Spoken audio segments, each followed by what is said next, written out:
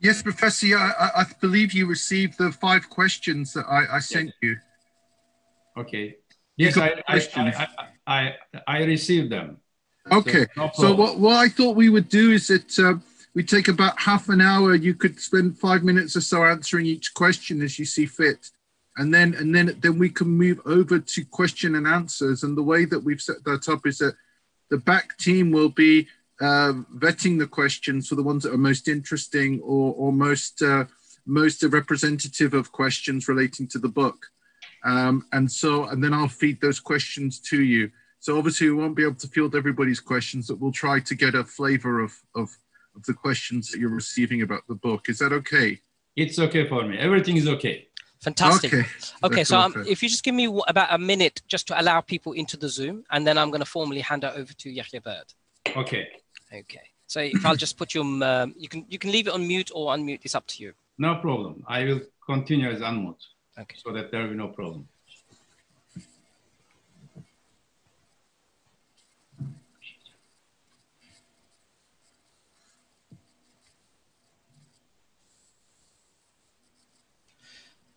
Okay, so as people come in, just go.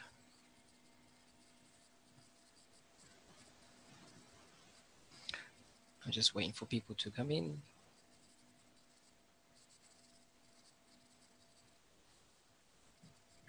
Mizan, did you get the chat room working? Yeah, we're on the case to work, making that work, and I'll tell you if there's a backup plan just in case if there is.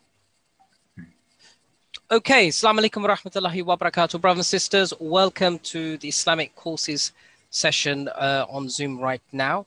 We're very privileged to have Professor Ahmed Davutoglu from Turkey and our host Yahya Bird from the University of Leeds. Before I hand over to Yahya, just want to quickly remind everyone, please can everybody put their mics on mute. Number one, it is being recorded. It is live on YouTube as well. It is being recorded live on YouTube. If you can please put your mics on mute. There will be a chance for Q&A. We're just trying to sort out the chat session very shortly. So without further ado, I apologize for the delay in start. We have just had some technical challenges, but it's now been overcome. So without further ado, I'm going to hand it over to Yahya. Assalamu alaikum wa rahmatullah. Wa alaikum salam. Assalamu alaikum rahmatullahi wa barakatuh. Islamic Circles is honored to welcome Professor Ahmed Davutoglu, who's a former Prime Minister of Turkey and a foreign minister and a distinguished political scientist as a research professor at several universities. We're here tonight to discuss Professor Ahmed's latest work, Systemic Earthquake and the Struggle for World Order, just published by University of Cambridge Press. So our format tonight will be a half-hour conversation about the book, followed by 30 minutes of questions and answers about it. We encourage our listeners around the world to write their questions in the chat room with their name, institutional affiliation, and country. Out of the many we receive, our team will select the most interesting or pertinent to put to you. We apologize we can't have everybody's questions, but you understand with the high volume, we have to be selective. So, Assalamu alaikum and welcome, Professor Ahmed, to Islamic Circles. Wa alaikum salam. Wa alaikum salam. Thank you very much. Ramadan How are you?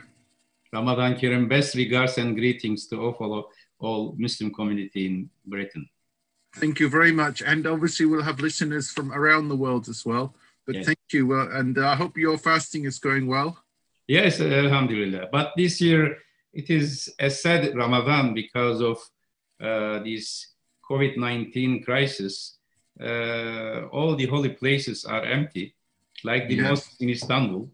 But still it is a time of deep insight, contemplation and thinking. So alhamdulillah, everything is fine.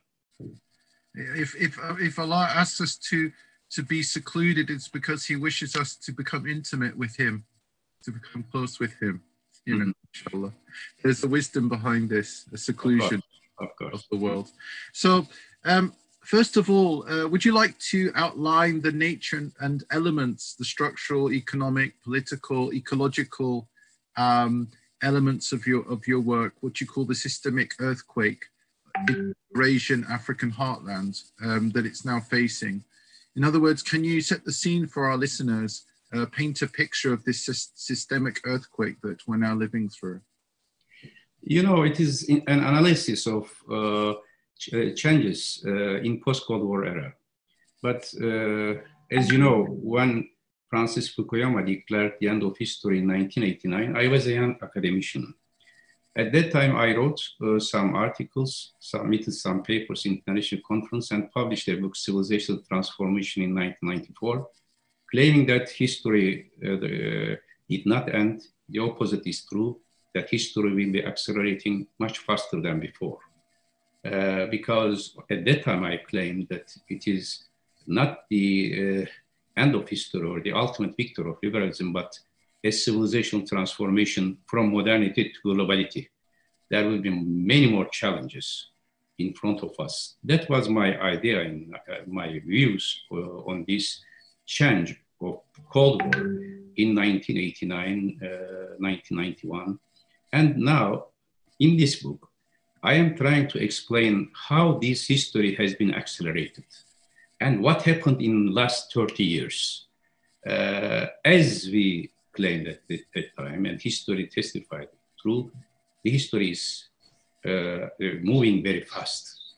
What I say as systemic earthquake, in short, is that in modern times, after all great wars, there was some sort of convention or international congress or some international institutionalization, like 30 Years' War.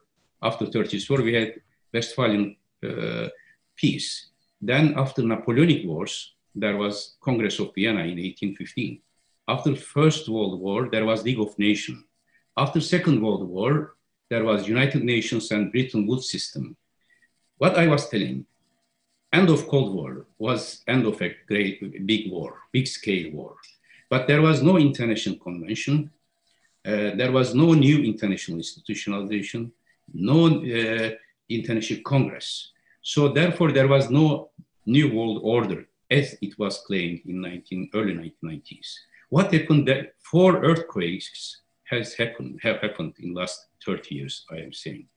The first one was geopolitical earthquake in 1991, when the Warsaw Pact and Soviet Union was collapsed. And Euro-Asian heartland, Rimland, in fact, from Baltic Sea up to China, has been shaken. Earthquake is a good analogy to understand the aftershocks of these earthquakes. None of the crises after this earthquake has been fixed with a peace. That has been a cease of fire, an era of long ceasefires. Like in Ukraine, still we have crisis. In Georgia, we have crisis. I mean, potential crisis in Azerbaijan, Armenian dispute, and in many places. Second biggest earthquake in that sense, in political order, was the security earthquake after 9/11. So after the first earthquake, there was a sense of democracy and liberalization. But after 9/11, instead of freedom and liberalization, security and more security came to the picture and became the essence of world order. And the intervention to Afghanistan and Iraq. Still, neither Afghanistan nor Iraq, nor any question of this security earthquake has been resolved. The third biggest earthquake was economic earthquake in 2008, when there was a big economic crisis, the biggest crisis after 1929. And that crisis has shaken the structures of developed economies in Europe. In fact, Brexit is an aftershock of this earthquake.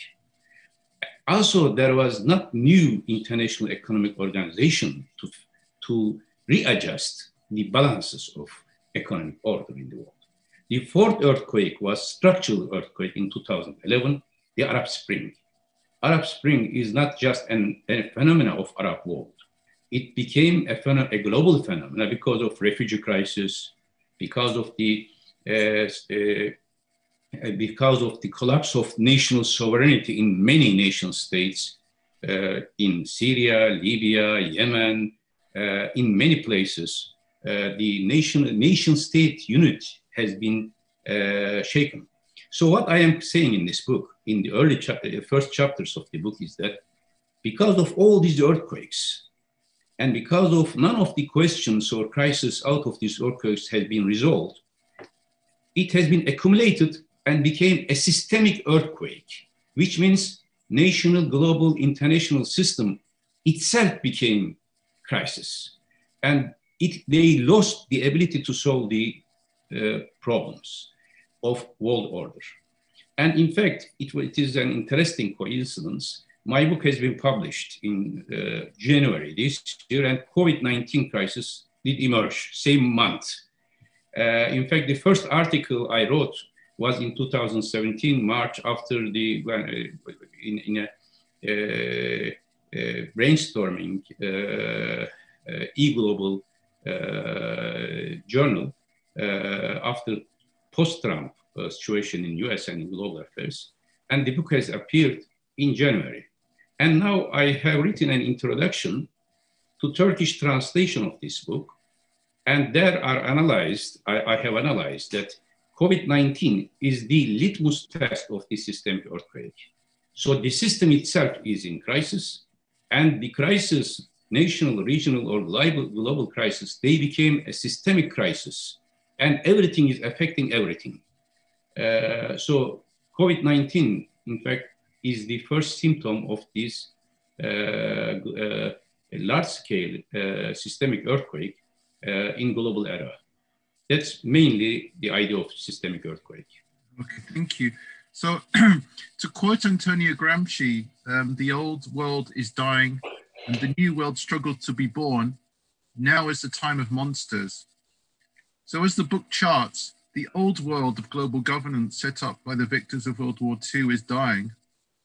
And in the interim, even the architects of that system are retreating into competitive ethno-nationalisms and putting up borders with regional hegemons and willing to face global challenges. But how can the new world that struggles to be born, in your vision, an ethical and stable polycentric global system, or regional orders, as you term it, how can that come into being, but not allow atrocities like the treatment of the Uyghurs or the Rohingya go unchecked? In fact, this is the biggest challenge of humanity in this history. This is a transformation from modernity to globality, as I say. And in fact, the 21st century is starting right now, because all the issues of 20th century is still on the table. And now it is time to rethink what has happened in last centuries and what will be the future of humanity. Of course, globalization is a new phenomenon. But again, in the book, in one chapter, I am analyzing, and I am saying that the globalization is not the first incident. In the past, there were different small-scale globalizations in the past. I am making an analogy of post-Alexandrian area and Athenian democracy and post-Alexandrian area. In fact, from a small unit, city-state, Alexander the Great has established a big empire. This was a limited globalization in ancient times. And three responses, Brother Yahya, did emerge out of this. Stoic response to establish a new order, cynic response to go back inside and try to be away of this globalization, limited globalization, let me say, try to escape to the smaller units, like Diogenes' response against Alexander the Great, and the third is Epicurean response. Now, a similar situation we are facing today. What we need is a new paradigm. In fact, there are three options. Either there will be a global peace connected to national and regional order, or there will be a cynic response where people will try to go back to the smaller units, either to the tribes or modern tribes like ethno-nationalism, or back to the inward-looking escape to the smaller scales. Now we are facing these two challenges. Either we will be able to create a new global sense of global order, in which all the human existence, there will be a sense of common existence, or every nation, every tribe, every region will try to take care of themselves, which is cynic response. Now, this is the challenge. And in fact, post-COVID era, has become, in that sense, like a litmus test of my thesis of systemic earthquake. And now we are facing a question. We are now in such a threshold, historic threshold, where the humanity is facing the same crisis everywhere in the world. In China, in Europe, in US, in Amazons. Nobody can escape. And this COVID-19 doesn't recognize ethnicity or nationality or tribal origin or religion. So now it is time to rethink what we are facing. And every human being now is under the same threat. I can give you how I am approaching to this question based on ecological destiny of humanity. In 2010, on the climate change summit in Mexico, before that, there was a summit of foreign ministers. All foreign ministers came together in the United Nations to discuss climate change. I am giving some details of this in my book as well. It was a shocking experience for me because every foreign minister was reading a written text of national position vis-a-vis climate change. I was 7th or 8th foreign minister out of 70, around 70 nations, they come together. And when it came to me, I told to my colleagues, I said, yes, I have a written text as well. This is our national position as Turkey. But in certain situation, the mission of us as foreign ministers is just to represent our national view, national position. But there are certain issues where we have to act not as foreign ministers of nation states, but we have to act as interior ministers, domestic affairs ministers of humanity. One of these cases is ecological issues. Because if there is no ontological existence, there cannot be political existence. If there is an ecological disaster, there will be no national unit or national position because everybody will lose. Now, our mission here is to speak on behalf of humanity rather than on behalf of just nation states. Then I suggest not to continue with written texts of national positions, but to make a brainstorming on what will be the future of ecology. Now, the same is valid for COVID-19. Now, about health issue. Now we are facing the same common destiny. Now we have an option in front of us. Either the intellectuals, politicians, decision makers, opinion leaders, they will come to a position that regardless of their ethnic, religious, national backgrounds, they will have a sense of common destiny and they will produce a new paradigm of order where all nations, all civilizations, all religions will be respected, but the umbrella will be humanity altogether. If this is not achieved, there will be other earthquakes because now the system is not able to solve any question. I know the UN system, I worked there for several years. UN system today is at the weakest position. Regardless of the works of Secretary General, which I really admire, Antonio Guterres is my close friend, very efficient, direct to the point, a humanitarian person, but despite of all of his warnings, still P5 are talking on their national interest and US is fighting, blaming China, China is blaming US, but both are blaming to WHO. So this is not the case. Now what we need is a new understanding of common destiny of humanity and an interdependency between national, regional, and global orders. If that interdependency is not well addressed, like the refugee crisis, we will be facing Syrian refugees or Afghan refugees is a national issue, but it became a global issue. So you cannot limit these issues to national or regional dimensions just. There is a need of a new paradigm of global order. Thank you, Professor. So in your 5th chapter, you mentioned 5 principles, and I'll list them here, which can help us avoid global war or global autocracy. in favor of global, what you call global democracy. So inclusiveness, internal consistency, interest optimization, implementation of the power structure, and institutionalization. And then you go on in your 6th chapter, you argue that this global democracy can succeed with the emergence of what you call post-national democracies founded on inclusive citizenship. Now, my question to you is, as enticing as this vision of global democracy and post-nationalism sounds, does it not seem almost utopian? How would you convince a realist or a skeptic that this is achievable and that the forces of disorder and selfishness won't overcome this? Let me say another anecdote, just to answer this question and to explain how I am approaching the issue. In fact, this is your question is the basic challenge for all of us. 2 years ago, when I was writing this book, 2018, I think October or November, I was in Kazakhstan, invited by the president of Kazakhstan, Nursultan Nazarbayev, for a brainstorming session. And there were many participants, former prime ministers, presidents, ministers of foreign affairs, leading historians, from Barroso to Karzai, many of our friends, we were together around 50, 60 leading policymakers and intellectuals.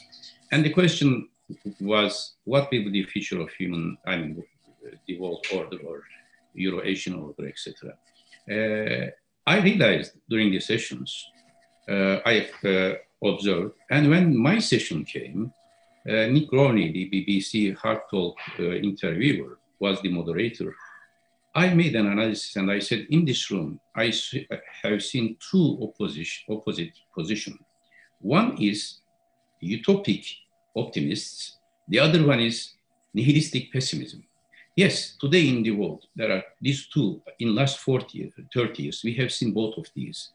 Utopic optimists, like the end of history, the ultimate victor of liberalism, an easy way of democratization. These are utopic optimists. The other one is, especially in last years, apocalyptic views. And there are many scenarios that the humanity is going to a disaster, not to a heaven. In fact, end of history was a utopic picture of heaven. And now the new challenge is not that optimism, but the new challenge is nihilistic pessimism. I was against this utopic optimism of end of history. Now I am against this nihilistic pessimism. And when I said this, Nikron, what is your position? I said, I am a realist optimist. When I am making an analysis, I am realist. Therefore, in the first chapter of my book, you can see a very realistic analysis of the existing situation, that there is a crisis in national level, regional level, global level. This is what I can say process analysis, or the picture you are describing the situation. But then, as an intellectual, as what I believe in Islam as well, as ahsen-i taqvim, one of the character of humanity. My mission is not to leave this in this realistic picture, but to provide an alternative. Our mission is not to create pessimist approach or to surrender pessimism. We have to understand the fact as it is, without hiding the realities, to understand the realities, to go in-depth analysis of realities. But a responsible person, as a human being, as a Muslim, as an intellectual, as a politician, my mission is not to leave that reality as they are, as it is. My mission and the mission of everybody is to create an alternative. Will we be able to have an alternative today? I think we can.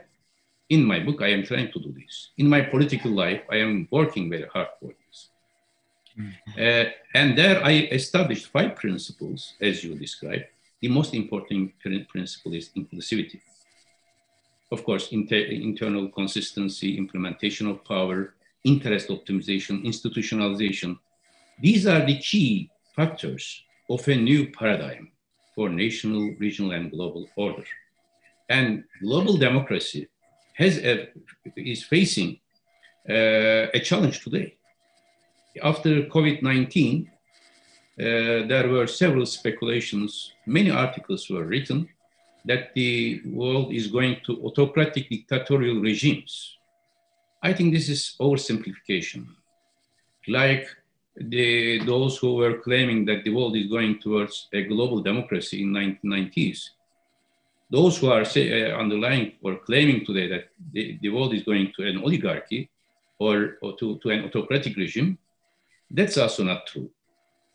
When we look at the performance of nation states in COVID-19, Western or Eastern, democratic or authoritarian, those systems where the people trust those systems, there is a trust between people and the state, they were able to deal with this crisis in a much better performance than the others.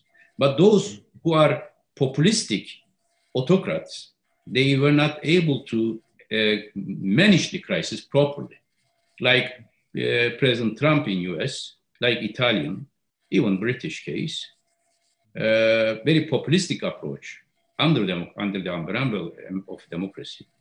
Also totalitarian regimes like China.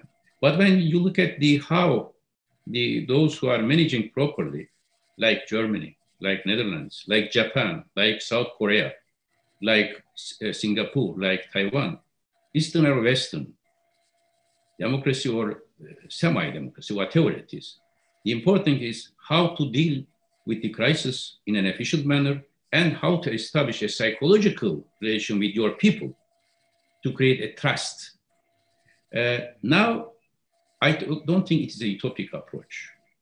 Today, if there is a renewal of democracy in all levels, there's a chance for the humanity. But if we cannot do it, it is our test. It is a challenge of us, for us. We cannot escape this challenge. We cannot surrender the realistic picture. I am always against the surrender we are, of course, as Muslims, we surrender to destiny, but we don't know the destiny. Our mission is, since we cannot claim any destiny, final destiny, because it is not in our knowledge, we have to do our best to provide an alternative. Sometimes it could be seen like utopic, but it is up to us, up to our performance, whether it will be a reality or a utopia. Today in the world, if you ask me, I know many of the leaders or at least states from my political experience, what we need today is a visionary leadership. Visionary leadership. Vision is sometimes dreamy. Vision is always a utopia, but vision is the basis for a new order. If you are prisoner of the realities, you cannot develop a vision. Mm-hmm. In all the civilization history, visionary thinkers, visionary leaders changed the history from a very pessimistic situation to a much more proper understanding of order. Now it is our mission, our duty, our responsibility to make that change. We cannot surrender to the pessimistic psychology of those who are claiming that the world is going to a hell. Our mission is to make the world and the humanity, we cannot make heaven, but a much better place to live in order to achieve heaven in the afterworld. So in your final chapter, you set out a vision of inclusive regional governance, namely achieving regional order by recreating the UN as a radically inclusive institution.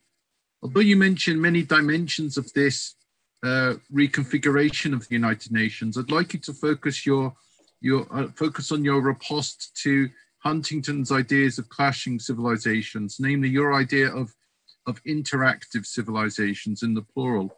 And of great interest to me when I was reading your book was your formulative parameters of civilization that enable us to see it as a dynamic system. So would you please spell this out more for our listeners?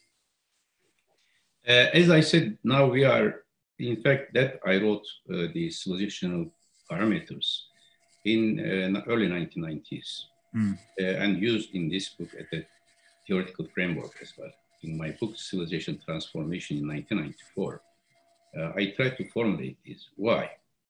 As I said at that time, and after 30 years, I think the developments have proven that it was true. What we are living today is a transformation from modernity to globality. 30 years is not a long time in history. Like 1789 was French Revolution, Napoleonic War was, or Congress of Vienna was in 1815. Similarly now, from that century to this, now the new century is emerging at this moment.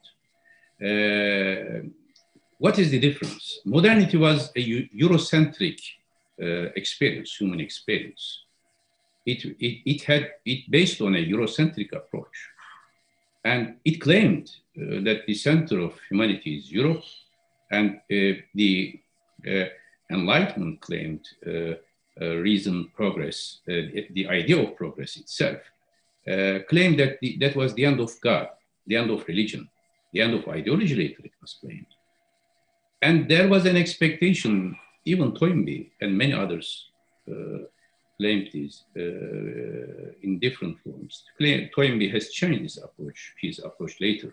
But as if European civilization was the ultimate formulation of human civilizational accumulation. But the globality has shown us that it was not true. The authentic civilizations has been revived. There has been a revival of authentic civilizations. Today, we cannot say that there is a one continental or religious or civilizational center of humanity. Humanity is everywhere, in every computer, in every room, in every city, regardless of the time and space control. And this is a new phenomenon of humanity. Therefore, we have to understand it. When Huntington wrote his article, I was, to be frank, I read his articles before. I was shocked in 1993 when I wrote this. I read his articles, his article on civilizational clash of civilization. This was the biggest, let me say, misuse of a very noble concept of civilization. Now, after that article, until now, we had enough experience. Either there will be a global monopoly of culture, like Eurocentrism. This is not possible anymore. There will be no monopoly of a cultural monopoly in a cultural world order. That it cannot be anymore. Second option is clash of cultures or civilizations, as Huntingtonian paradigm, let me say. This will be the end of civilization in real sense, because clash of civilization will be destroying the basic value structure of humanity. I am, of course, as a Muslim, I have lived and I am a defender of Islamic civilization.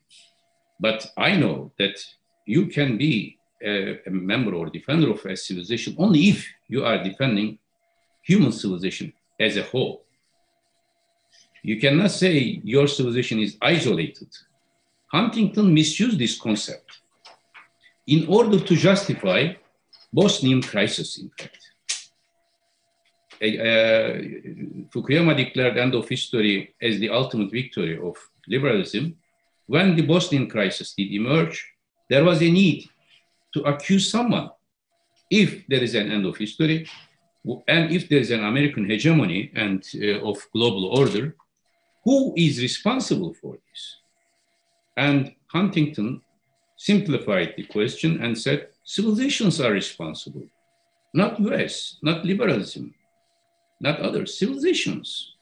Muslim civilization, Orthodox civilization fought against each other. And even he suggested to provoke a clash between Muslim and Chinese civilization in the future for the survival of Western hegemony. This is the worst misuse of concepts for a strategic opportunism. Now, what is the alternative? There cannot be a monopoly, cultural monopoly anymore. It is impossible. Neither Eurocentrism, nor Afrocentrism, nor Asiocentrism. Humanity is everywhere, living together. Second is that if there is a clash of civilization, everybody will lose. It will not be winner and loser. That was the big mistake of Huntington. He thought that if Chinese and Muslim civilization fought against each other, US will be winning.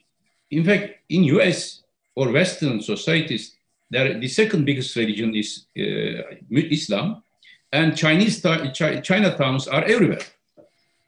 The third, what is the option? What I am proposing in my book is a new civilizational interaction, a new vision of cultural order in the world, where all civilizations will be respected, all civilizations' basic characteristics will be represented, and they will be interacting.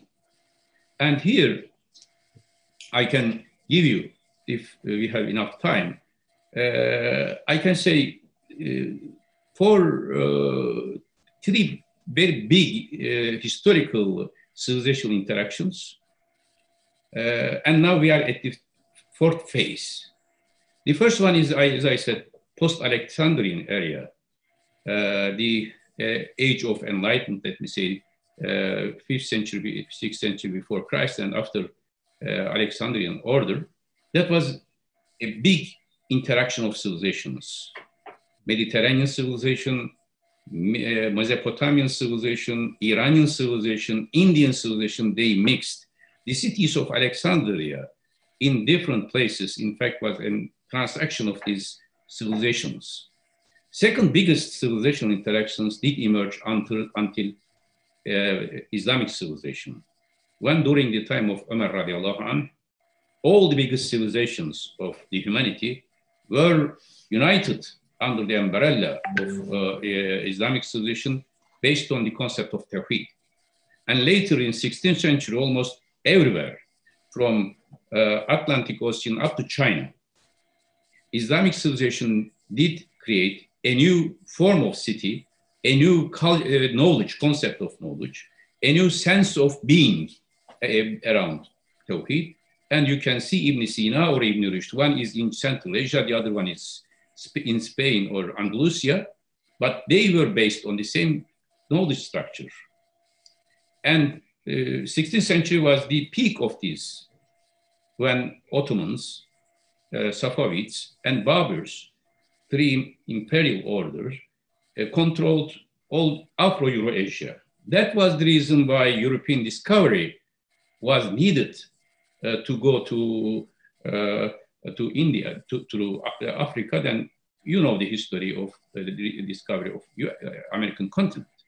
Now, what I am saying, this is civilization interaction.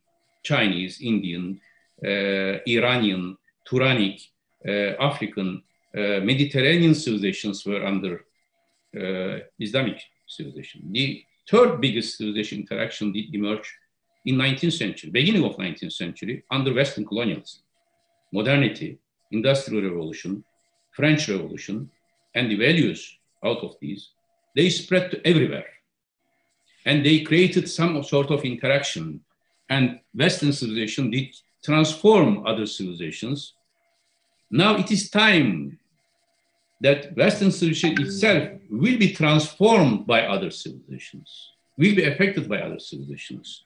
This is the third phase, where the third big civilization interaction is under the British Empire, where there is no sunset. So now we are at the fourth phase. When I looked at the civilization experiences in the past, I identified in one of my articles published in 2006 that there are 6 civilization parameters where civilizations did emerge. The first one is ontological self-perception. Without defining the human being himself or herself, you cannot establish a new civilization. Like Islamic civilization was based on Tawheed, because with the belief of Tawheed, a new concept of humanity did emerge. Second is reformulation, recategorization, resystematization of knowledge. In all these phases, there has been a new resystematization of knowledge. Classification of knowledge by Al-Farabi or Al-Ghazali, or in modernity by Kant, that has been transformed the epistemology. Based on this ontological and epistemological reformulation, a new value set of values did emerge. This knowledge, knowledge values set, the basic norms of humanity, the basic norms of social life, ethical norms, that is the basis of civilizations in the history. If a civilization as a mentality created this substructure, then the legal, political, and economic order has been specified by this value structure, by this substructure. Now, what I am saying is, today we are facing a new civilizational challenge. Western civilization is over. I mean, modernity is as it is over. Now, all civilizations have to redefine themselves, and there should, in a inclusive manner, not exclusive manner. Today, in India, we are facing big crisis for Muslim minorities there, because Indian civilization has been reinterpreted in a very narrow, cynic way. And in some Muslim societies, in Iraq and Syria or in different places, tribal identity, in fact, became like a poison to destroy Muslim cities. When Daesh did destroy mosques, churches in Mosul or in Deir Zur or other Raqqa. Similarly, this is the big challenge for Muslims and Western people everywhere, and Chinese. What they are doing in Eastern Turkestan for Uyghur people, they are trying to destroy a legacy which has affected 12th, 13th century Chinese civilization cannot be understood without understanding Central Asian Turkish culture. Even Chinese medicine has been called as Uyghur medicine in the past. So either some political cynics will be destroying civilizational the accumulation of humanity, or those responsible, visionary thinkers and political leaders will come up and say, we will respect all civilizations.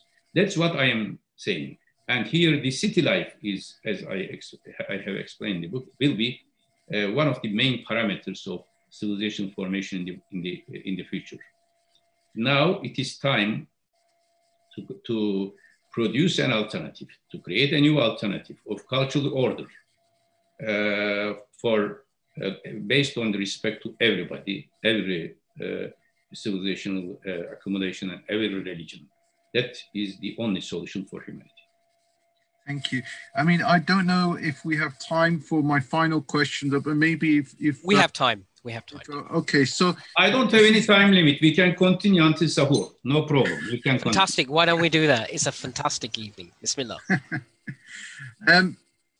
Thank you. So this isn't a question related to your book. This is more a question from a Muslim living in the West to you, okay, as a member of Muslim minority. So, and I'm reading your book with this mindset as a minority, living as a minority, and also we live as a diaspora. We are connected, Muslims in Britain are connected to, many different homelands, South Asia, Arab world, Turkey, and so on.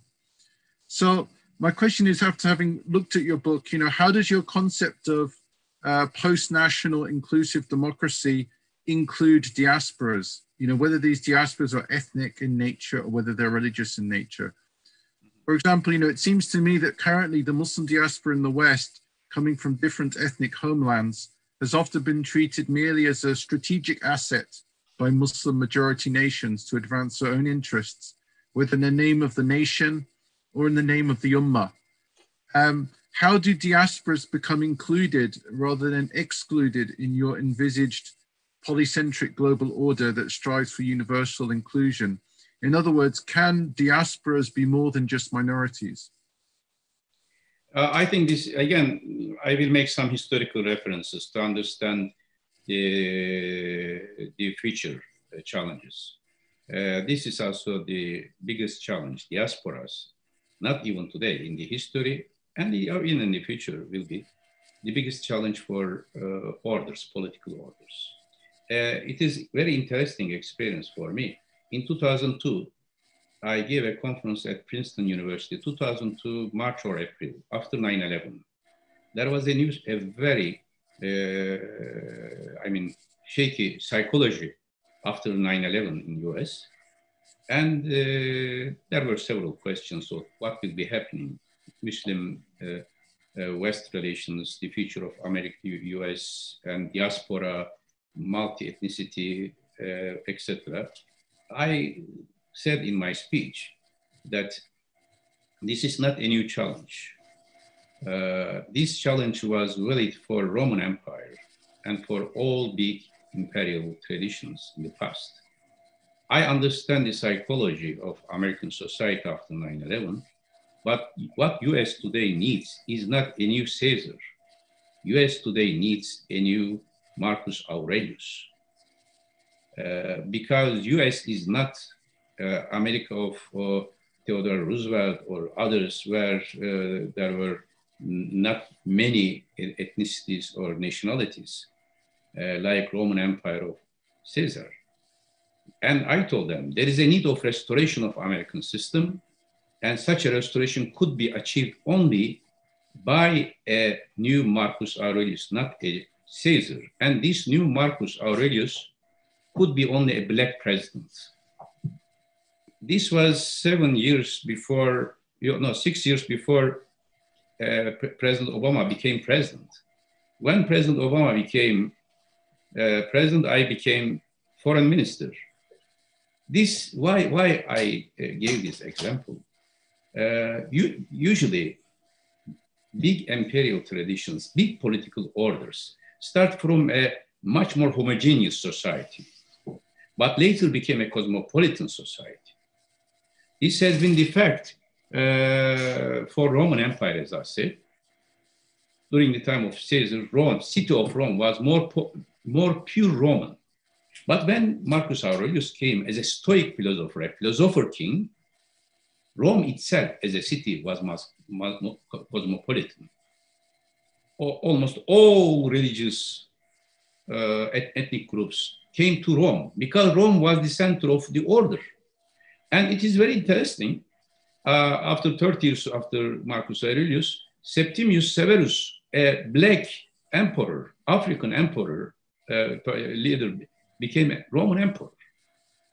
So if these big imperial traditions are able to integrate diaspora and transform them in a new sort of, in that case, not citizenship in the past, but a owner of the order, host of the order, then that tradition may continue. Otherwise, that homogeneous character, if it is trying to be kept in a new, in an autocratic way, you cannot survive. In Islamic civilization, we face the same question. From Umayyads to Abbasids, there was a concept of Mawali. Mawali means non-Arab. Umayyads were not only Arab, but Qurayshi. But when the empire, the state, the political order reached to Central Asia, to North Africa, there was a need of a new approach. And Mawali, Abbasid state, was an attempt to integrate Mawali, non-Arabs, into Muslim society. Therefore, Islamic civilization continued to survive and expand. If Umayyad mentality was continuing, it would have been very difficult. Same in Ottoman state, there was a concept of Yeniçeri. Yeniçeri means new soldier integrated from Christian communities of the Ottoman state. Now, the same challenge is valid for Western societies. British Empire, if it was pure Britain, if British army didn't go to India, there wouldn't be Indian Muslims or Indian Hindus in London. Today, you don't see, let's say, Muslims or Hindus from India in Brazil, not many. Why in Britain? Because London became the center of the order, and from the periphery to the center, there was a move, like Roman Empire, like Muslim states. Now, the challenge for the states, for the center, is how to integrate this population, how to inclusively, how to get them. The challenge for diaspora is how to adapt to this new political atmosphere or socio-political environment. Once she was the chairperson of Conservative Party, as you know, Warissa, I knew her well, and you can see a Muslim lady can come to the peak of British party system, but still she was complaining about the exclusive character of the society, of the political society. Now this challenge will continue. Unfortunately, from Obama, we didn't go to another cosmopolitan, inclusive leader, but we went to Trump, like after Marcus Aurelius, Commodus. He's somebody total different. This is the very big challenge. Now, diasporas, and even in modern times, I am sure you are well aware, Napoleon Bonaparte, when he invited Jewish leaders, at that time it was more Jewish question. Now it is, diaspora is more Muslim question, as if it is. And he asked very pragmatic questions. What is the ultimate loyalty of Jewish community, of a Jew, to the community or to the state? Now, if this question is being asked, it is difficult to solve the problem.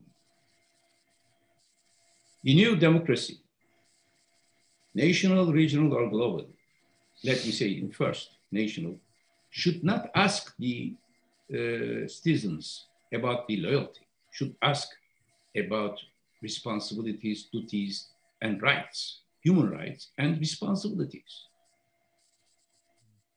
If it becomes just a loyalty, a Muslim will face a problem. Of course, a Muslim will have concern regarding Bosniak issue in 1993, now Rohingya issue, because that sense of solidarity as Ummah is not conflicting with the sense of loyalty as a citizen to British state, because Britain, after this, or any other state, is not just a monocultural entity. The grandfather of British Prime Minister was a Turkish, as you know. Are we proud of that? It is something else. Is he proud? Also something else. It is not an issue, but this is the fact. Rome, as Rome has experienced, London will be much more cosmopolitan. Similarly, Istanbul is today much more cosmopolitan. Why? Because whenever there is a crisis in Balkans, Bosniaks, Albanians, Turks, they escaped to Turkey as a safe haven. Why did they go to Central Europe? Because for them, the center means Istanbul. Or Syrian refugees came, or Afghan refugees, or Caucasian refugees, Cherokees, Abkhazians, came to Turkey because that is the center. It is our responsibility how to deal with this question.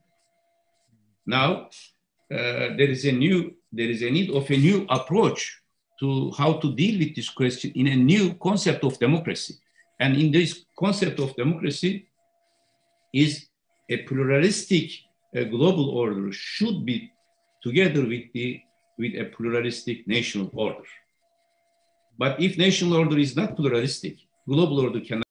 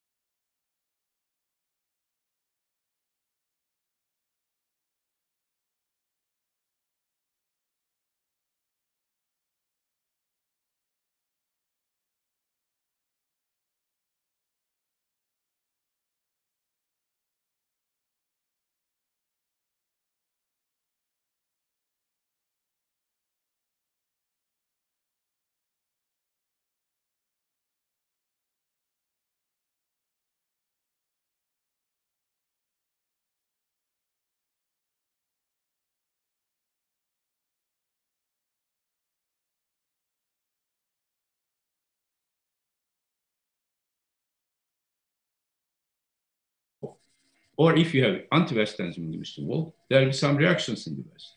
Now, the vision, the wise people of all societies should come together, wise people, to end this culture of hatred, exclusionism, and to provide an alternative of integrity, inclusiveness, and a holistic approach to human problems.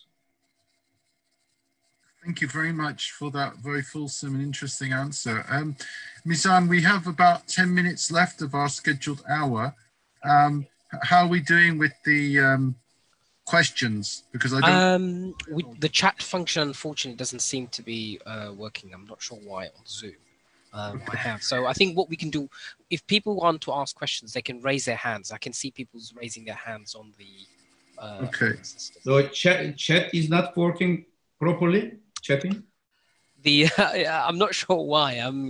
But we promised the listeners to answer all the questions, so maybe there is a need of have another session to fulfill our promise. Well, I mean, I'm hoping that inshallah you'll take our invitation to come to London to host you.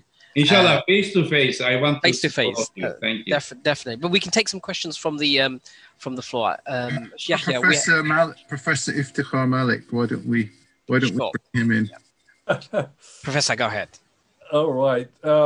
Thank you very much, and very nice listening to you. I never met you, but I have been to your beautiful city twice. I gave a lecture about 3 months ago in one of the universities in Konya, and just published a book.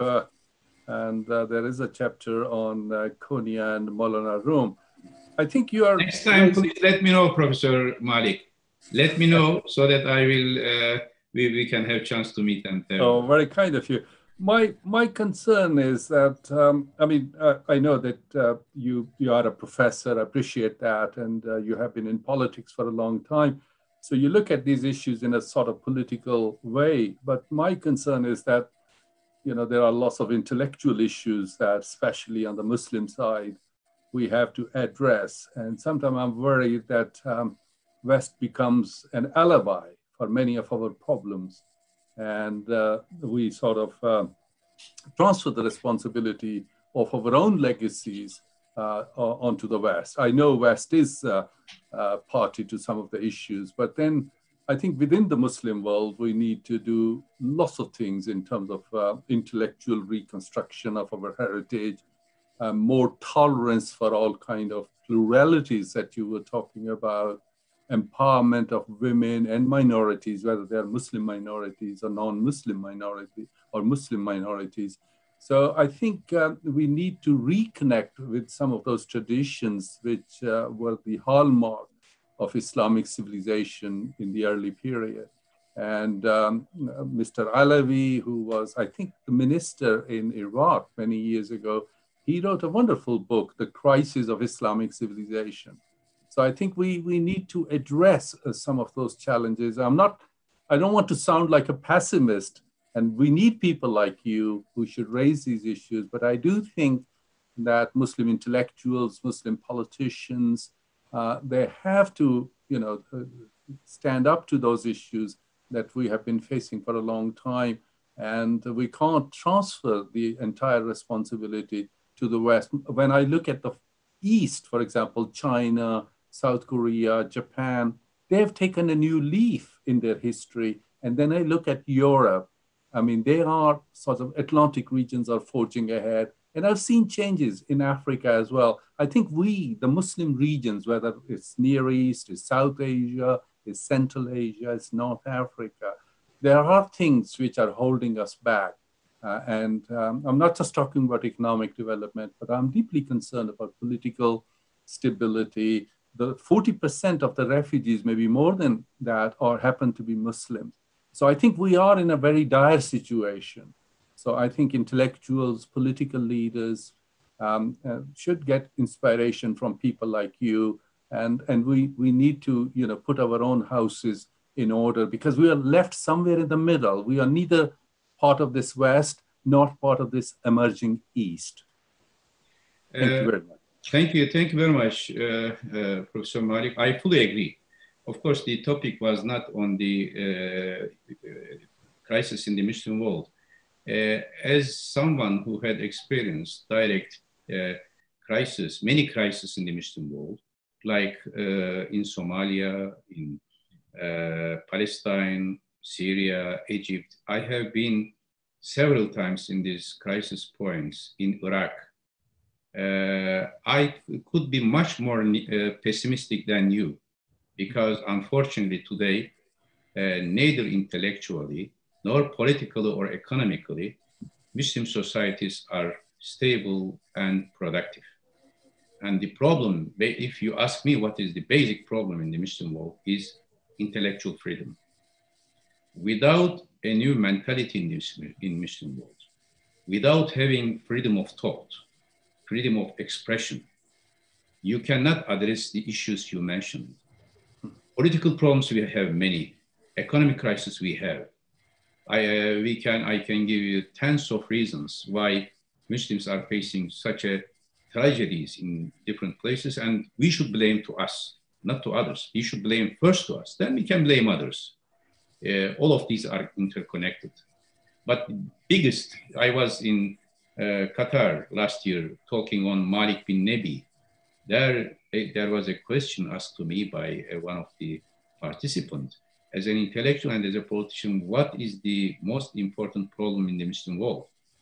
I said, neither economic underdevelopment nor political instability. These are important, but more important is absence of intellectual freedom. Without being free to discuss our problems, you cannot solve anything. Today in the Muslim world, why do we have the issue, the fanatic approach of Daesh or tribalism everywhere?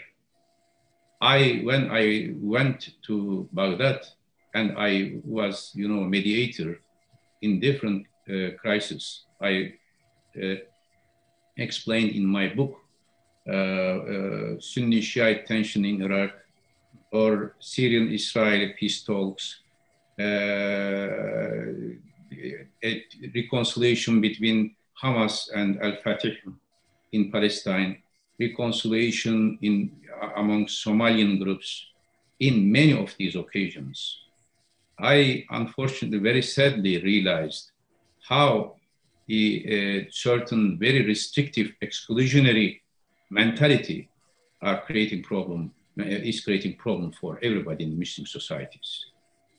Baghdad, 10th century, was much more pluralistic than today. There were Christians, there were Jews, there were Sunnis, Shiites living together. But today, Baghdad, the golden city of Islamic civilization, is divided. This neighborhood is Shiite, but not only Shiite, but from this wing of Shiite. This is Sunni neighborhood. This is how the modern nation building did not function properly in Muslim societies. The nation states in Muslim societies usually based on one ethnicity or sect, and the rest are excluded, like in the case of Saddam, the Sunni identity, or in the case of Bashar Assad or Hafez Assad in Syria, Alawite identity. The rest are excluded. Or in Egypt, we have different other issues. Now it is time to discuss all these issues without any prejudice. This is our problem. So only we can solve this problem.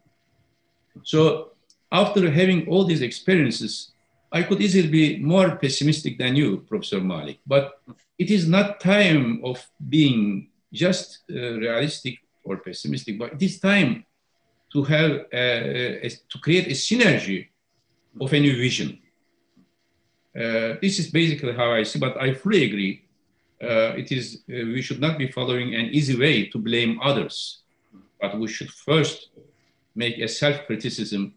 Why in Ramadan, in some cities, there are luxury iftars, ultra luxury, but in some other cities, refugees cannot find bread. How come we can talk on social justice?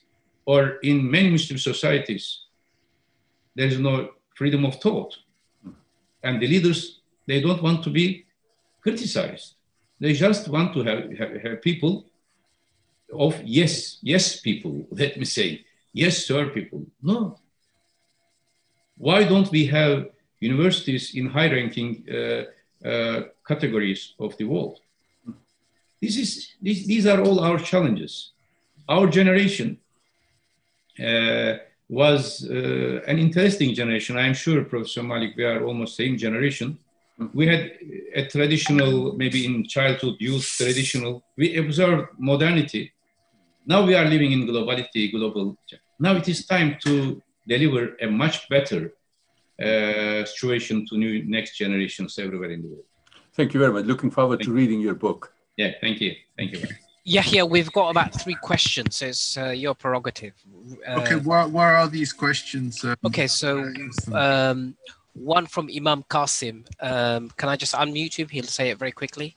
Yeah, will he pop up on the screen, I hope? Yeah, he'll pop up on the screen. Imam Qasim, go ahead. Your question, I wrote it to you, so let me rephrase it. Yeah. My main question is about the, in the, let me see here. Okay, in the past system that which we are looking, we are now in the transition with the systemic earthquake.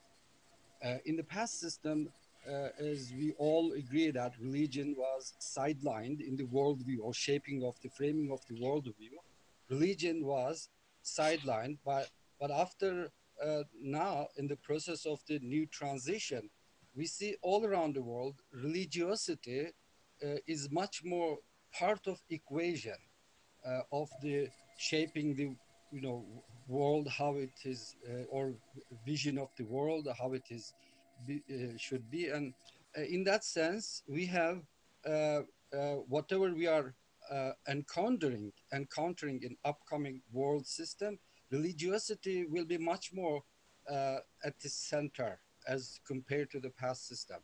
Past system gave us 2 big world wars, and it was catastrophic.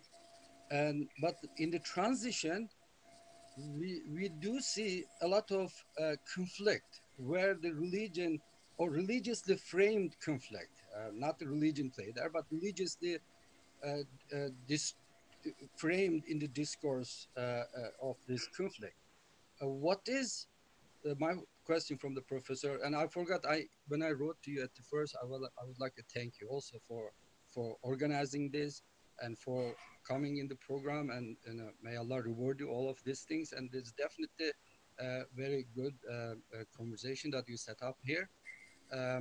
My question is that what is the way for upcoming systemic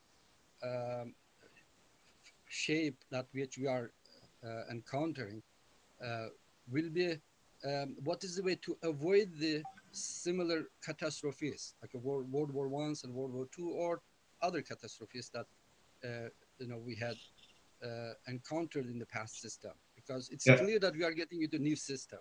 So how religion is part of this system now, it's much more, and how we are able to avoid that. In fact, the key term, as I wrote in my book, and as Brother Yahya has summarized very properly and direct to the point, the basic key concept is inclusivity. In religious societies or religiosity as well, an inclusive interpretation of religion should be taken as the base of a new approach. It is easy to exclude based on religion, but it is very difficult to include, to have an inclusive approach. You are right. Yes, in the past, in 20th century, many wars did emerge out of ideological or economic wars. And now we are facing much more challenges regarding the religiosity. What will be the future of that? But in Muslim societies, unfortunately today, let's say in Syria, Daesh did kill more Muslims than Israel in last 20 years. Or a sectarian regime in Syria did kill many more Muslims because of that sectarian difference. It is not religiosity, in fact. One sect is controlling the system, and they don't want to give up. Or a circle, a family is controlling the system. They are misusing religion, like what Saddam did as a Sunni in Iraq. Assad is doing as an Alawite in Syria. Same mentality. The issue is not religiosity there. Religion has been used as an apparatus just to control the autocratic, survival of the autocratic regime. Now, we have to defend the alternative position. And there, as I agree with Professor Malik, not to blame others, but we have to approach each other in an inclusive manner as Muslims. Same for, unfortunately, we are not following very closely what's happening in India. One sectarian approach of Indian democracy, the biggest democracy in the world now, has become an open prison for Muslims. And the biggest autocracy in China became open prison for Uyghurs, Muslims there. Now it is time to promote inclusiveness everywhere. And if this approach has been integrated, assimilated in the system, then we can create an alternative. But as I suggest in my book, in last chapter, the reform of UN is needed for this. The existing reform UN structure is not inclusive itself. So first we have to deal with our nation states. Same in Turkey. For example, I established a new party. I especially, as the founders, first time ever in Turkish history, Turkish democracy, 3 non-Muslim leading personalities became founder of the party. 1 Greek, 1 Assyrian, 1 Armenian. And until now in Turkish democracy, in any Turkish political party, there was a non-Muslim founder. But we have Sunnis, Alevites, Turks, Kurds, Bosniaks, Albanian. From all segments of society, we are trying to have a new paradigm of pluralism and inclusive democracy. And this is not against Islam or Islamic values. Islam respects to every human being, every religion. And if we are together, living together in a society, that society should be structured by all these segments of the society. Similarly, in different Christian societies or Buddhist, Jewish societies, same. This is a big challenge, but our responsibility is trying to do everything possible not to try to prevent religiosity as a barrier of peace, but religiosity as a promoting factor of peace. This is the challenge and objective of us. Yahya, we've got quite a few questions coming. We've got, especially from different continents. We've got folks from South America, all the way to Australia. It's a very international audience. So, if with your permission, there's a chap who's been waiting for quite some time, El Dorado Al-Trashi. Is that okay? Can I take a question? Yeah, no, that's fine. I think we should also, in the interest of keeping our promise to our listeners as well, we should probably cut the questions to maybe 3 more questions. 3 more questions, okay. Good. Overrun. Always invite the professor back if he's really willing and able to do this another time. But Inshallah, of course. Shouldn't overrun. Eduardo, yeah. Okay, yes. Well, thank you for the host and for the professor for this session. I have actually 2 questions. Do you think that nationalism might creep into the Turkish society, being that now the large democracies and the neighboring countries are seeing a surge in nationalistic tendencies? And another question, you made a comment about a wise leader that should make wise decision in the context of this global responsibility and inclusivity. But then how do you deal with the fact that you have one leader of one major country who is going in a different way? So if you have a president of the United States deciding, I'm not going to honor this or that, no matter what values you have to compromise and follow suit. Mm-hmm. Thank you. Thank you. Thank you. Nationalism is a modern artifact in Muslim societies. It is very interesting. Nationalism in the West did emerge in the 19th century to unite feudal post-Westphalian orders like German unity, like Italian unity. From small feudal units, a unity did emerge as a national unity. Therefore, it was a positive factor to unite societies. Out of these feudal orders, nations did emerge. But in Muslim societies, unfortunately, since ethnic nationalism was not a fact, I mean, a legitimized fact in the Muslim history, nationalism in the Muslim society did not unite societies, but did divided societies, like in Ottoman state. Many nation states did emerge. But it was natural because modernity, modern world order was based on nation states. It is up to you how to define nation-based approach. Instead of nationalism, if there was a tendency of patriotism as a positive factor, today in Muslim societies, many countries would have been in a much better situation. But unfortunately, exclusive nationalism has been implemented until now. Therefore, in Iraq, or in Syria, or in Libya, or in Egypt, those who are controlling the society, they define the nation. Same in Turkey as well. We had this type of problems in the past, and still we have many problems in how to define nationalism. My approach is citizen-based nationalism should be accepted, rather than ethnic sectarian definition of nationalism.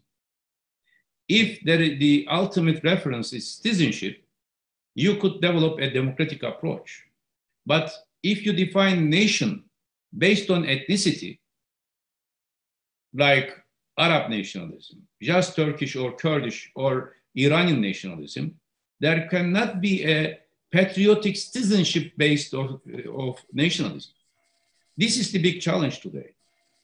And we have to deal with this challenge. Therefore, as I said, when I started a new political movement in Turkey, I especially wanted to have all ethnicities, all religious groups, in order to show that a non-Muslim citizen in Turkey is as patriotic as Muslims.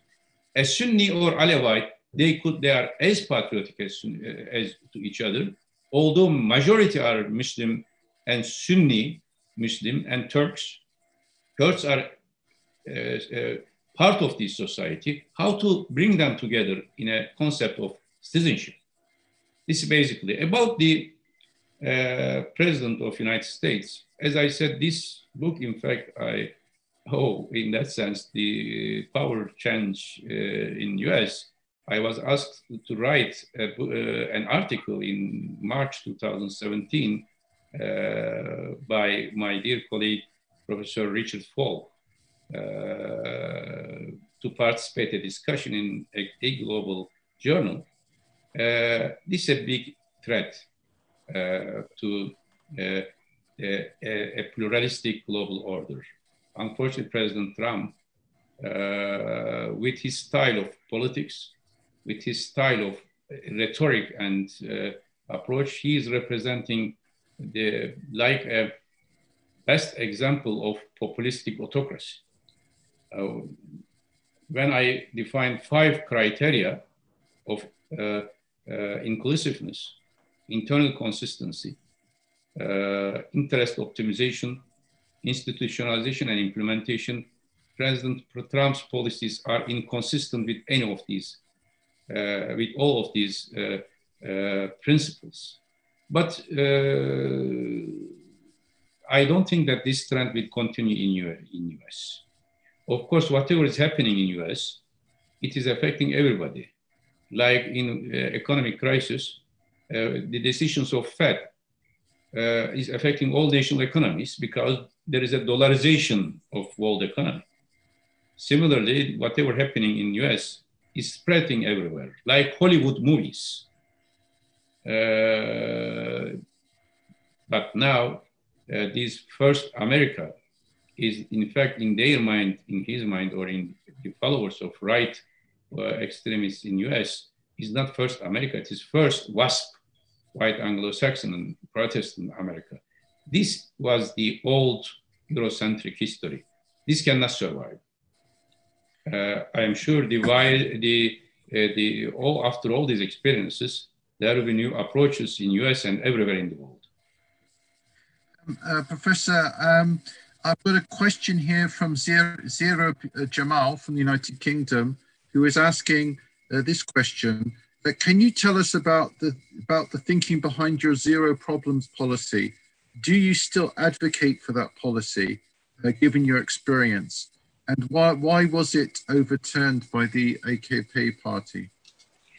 Yes, I supported this. This was a slogan, zero problems, the main principle of foreign policy in 2002 when the AK party came to power.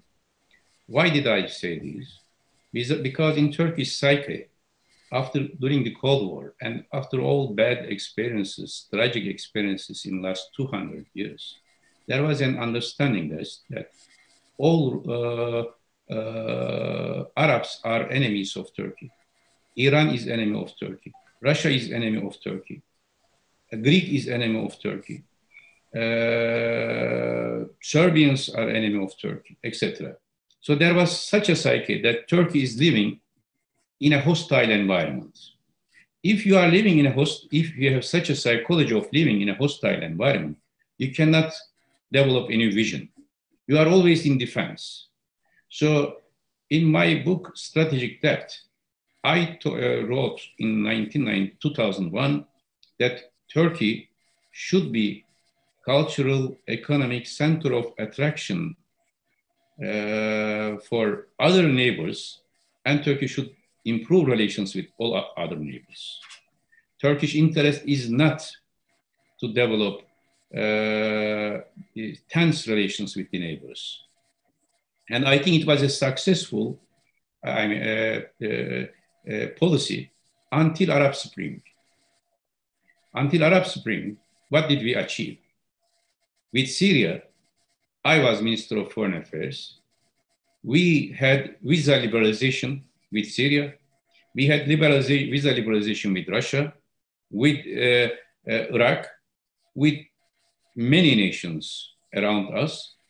And with Syria, we had almost integrated in economic and cultural sense.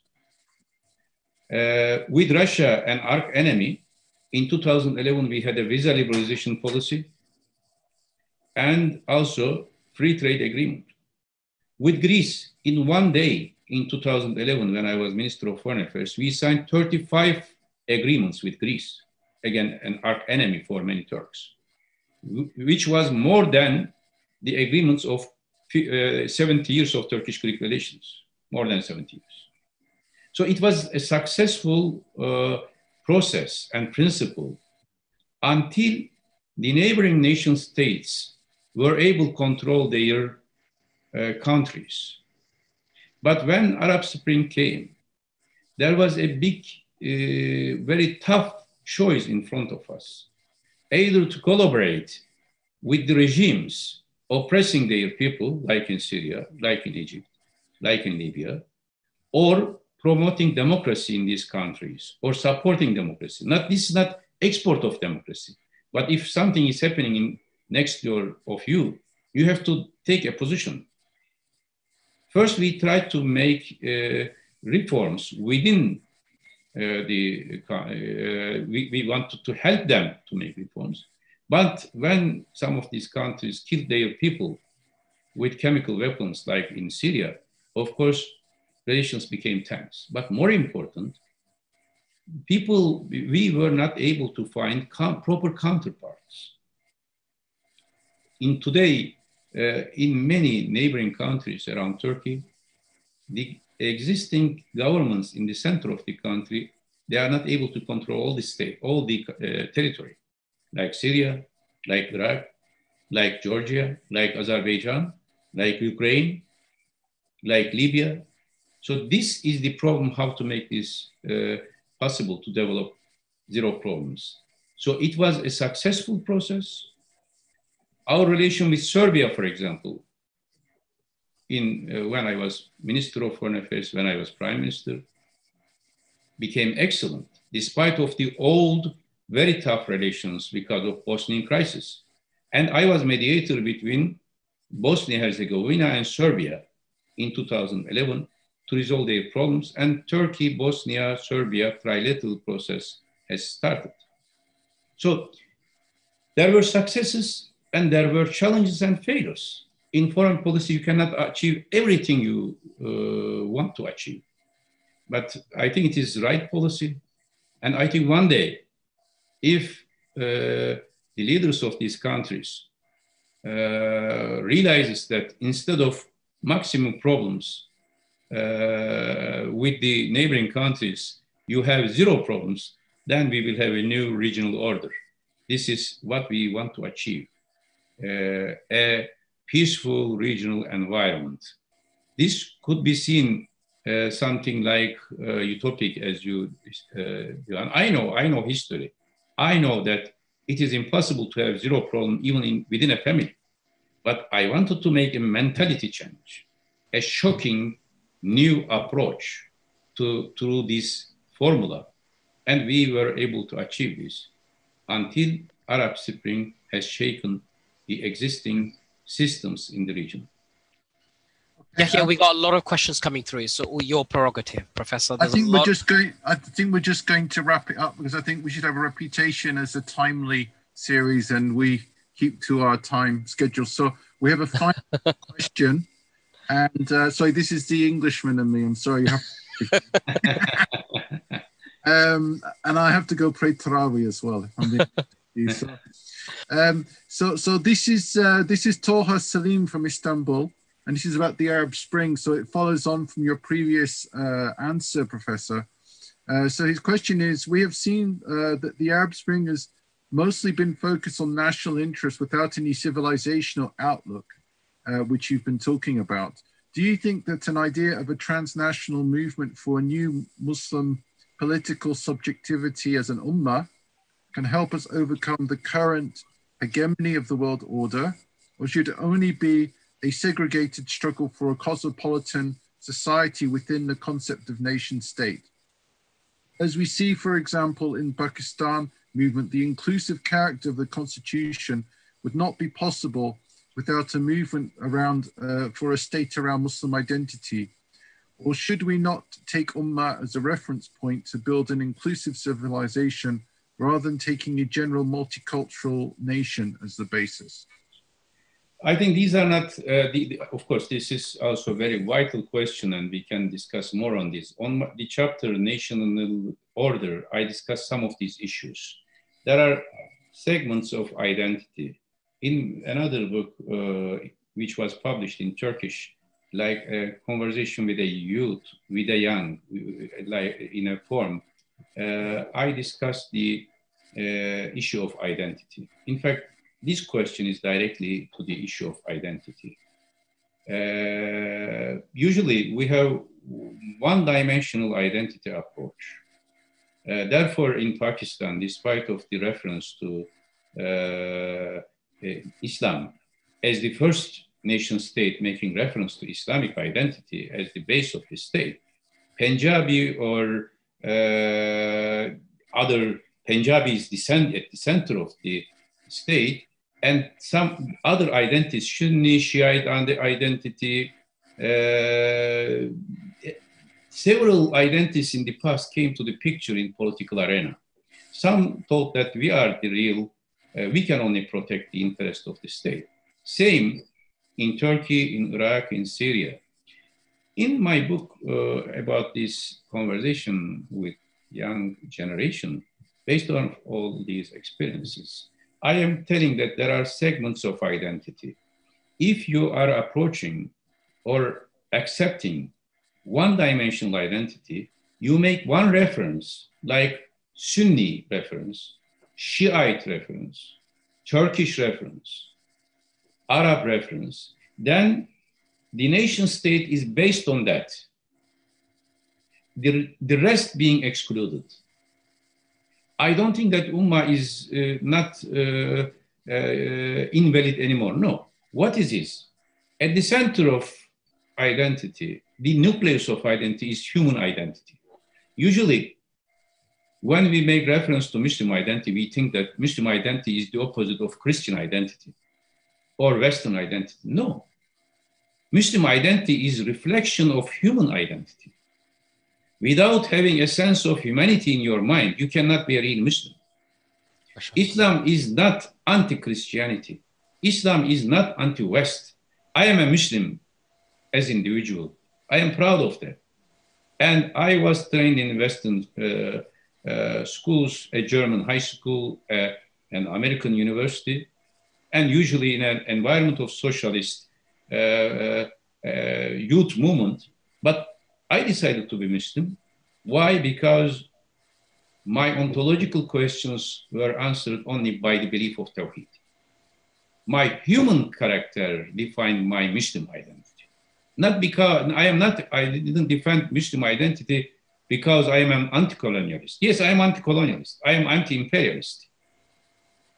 But this is a historical, just a narrow historical segments of last 2 centuries. But Muslim identity is from Adam alayhi salam until today. So it is beyond time and space. So first we have to accept, we have to integrate that human identity at the nucleus of us. That human identity, if we agree this, then our approach will be multicultural, multi-religious. The second segment is historical formation and civilizational identity. There, Islam is the main essence. Yes, I was born in a Muslim city, as brother Professor Malik came to Konya. Konya is full of Islamic culture, so I was trained there. My culture has been shaped there. I cannot ignore it. Also in Istanbul.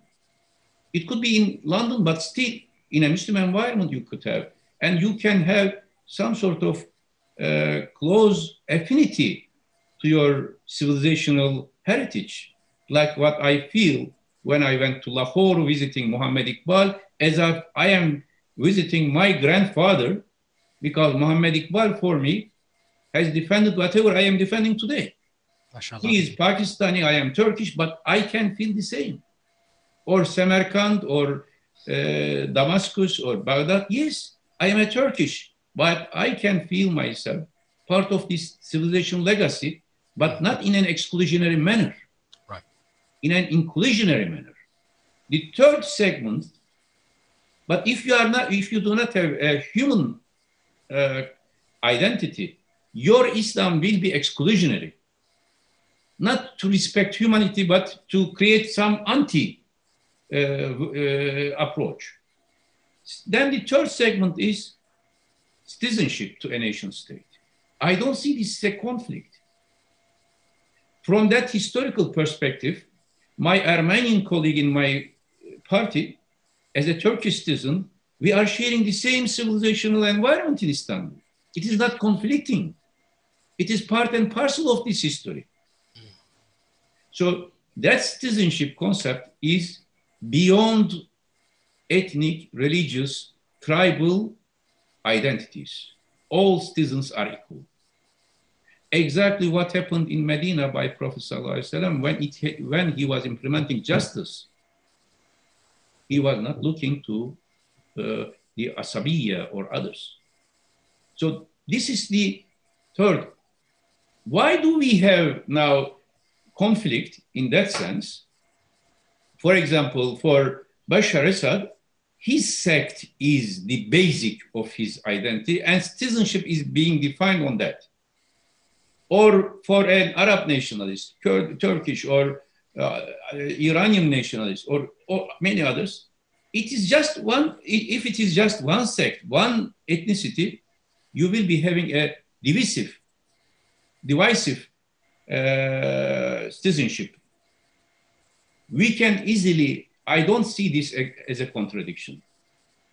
In my party, and Alawite, as my deputy chairman, there is one leading Alawite organizer, leader from Alawites, Sunnis, Kurds, Turkomans, Armenian.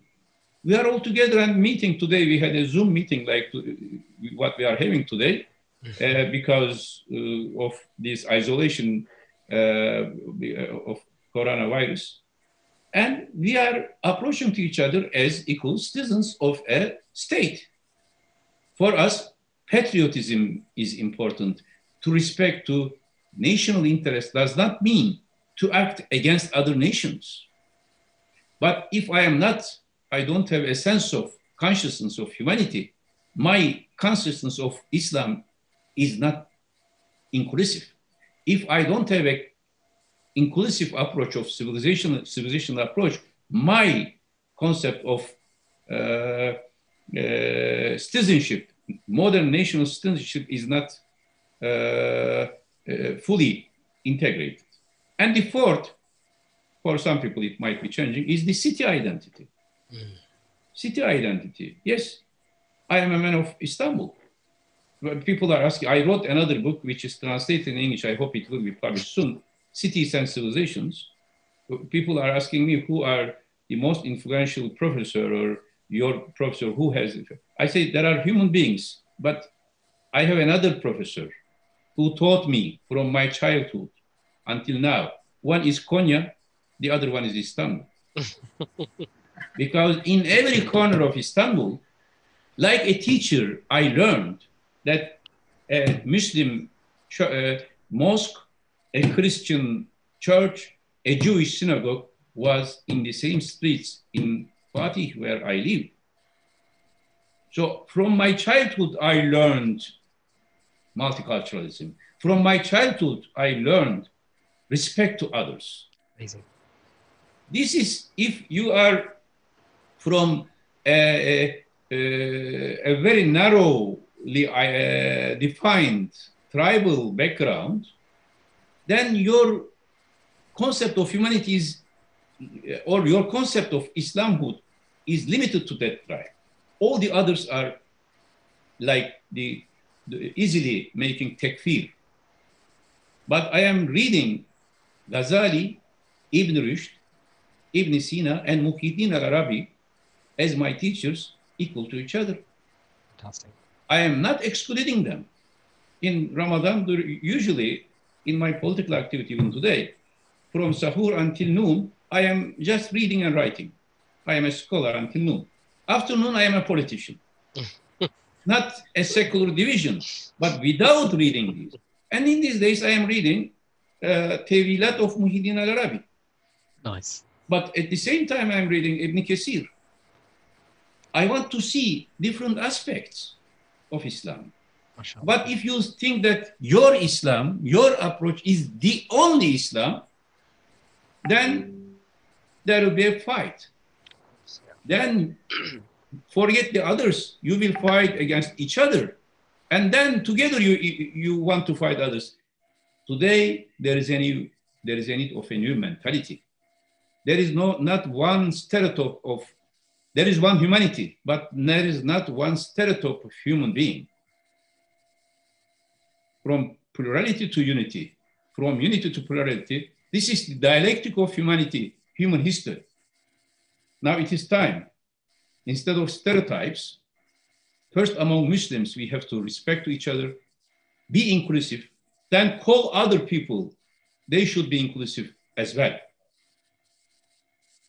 Today, we have these big problems because of this absence. And I agree with this question, I mean, the essence of this question, but the answer is be more inclusive, be more human before claiming to be more Muslims, to be better Muslim. first be better human being. Because without being a better human being, you cannot be a better Muslim. Without being a better Muslim, you cannot be an inclusive citizen in the sense of respecting others. These are all interconnected. It is up to you how to approach to this dilemma to resolve. Thank you very much, Professor. I think that's a fitting answer on which to end this session, and our great gratitude to you to setting aside your time of study with the heavy weights of the Islamic intellectual tradition to spend some time with us. And we would love to have you back, inshallah, at some point.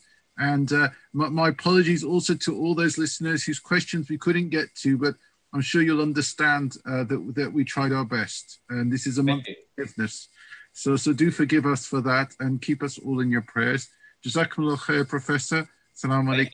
Thank you. Alaikum salam, Brother Yahya. Best greetings to the families and to all of our friends all over the world.